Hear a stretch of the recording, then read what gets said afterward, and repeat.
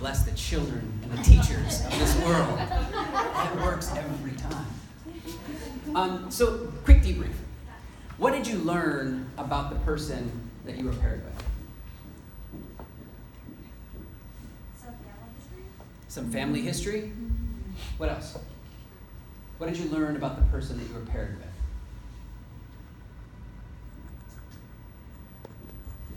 There was a battle within the family for what the name should be.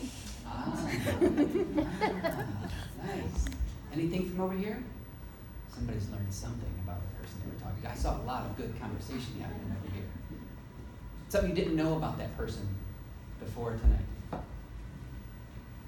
Well, I just met her, so so both her name and her family history, and then sort of the work that she does as well, and the fact that she'd actually played this game before.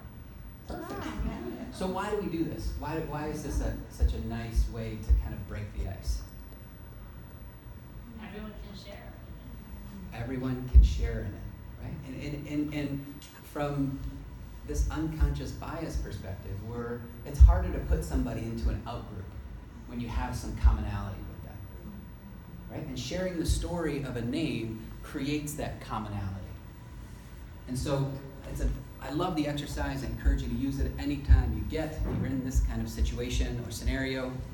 But it really does help mitigate against that top bias, right? The like-me bias or a similarity bias. It mitigates against that risk of putting somebody in that out-group.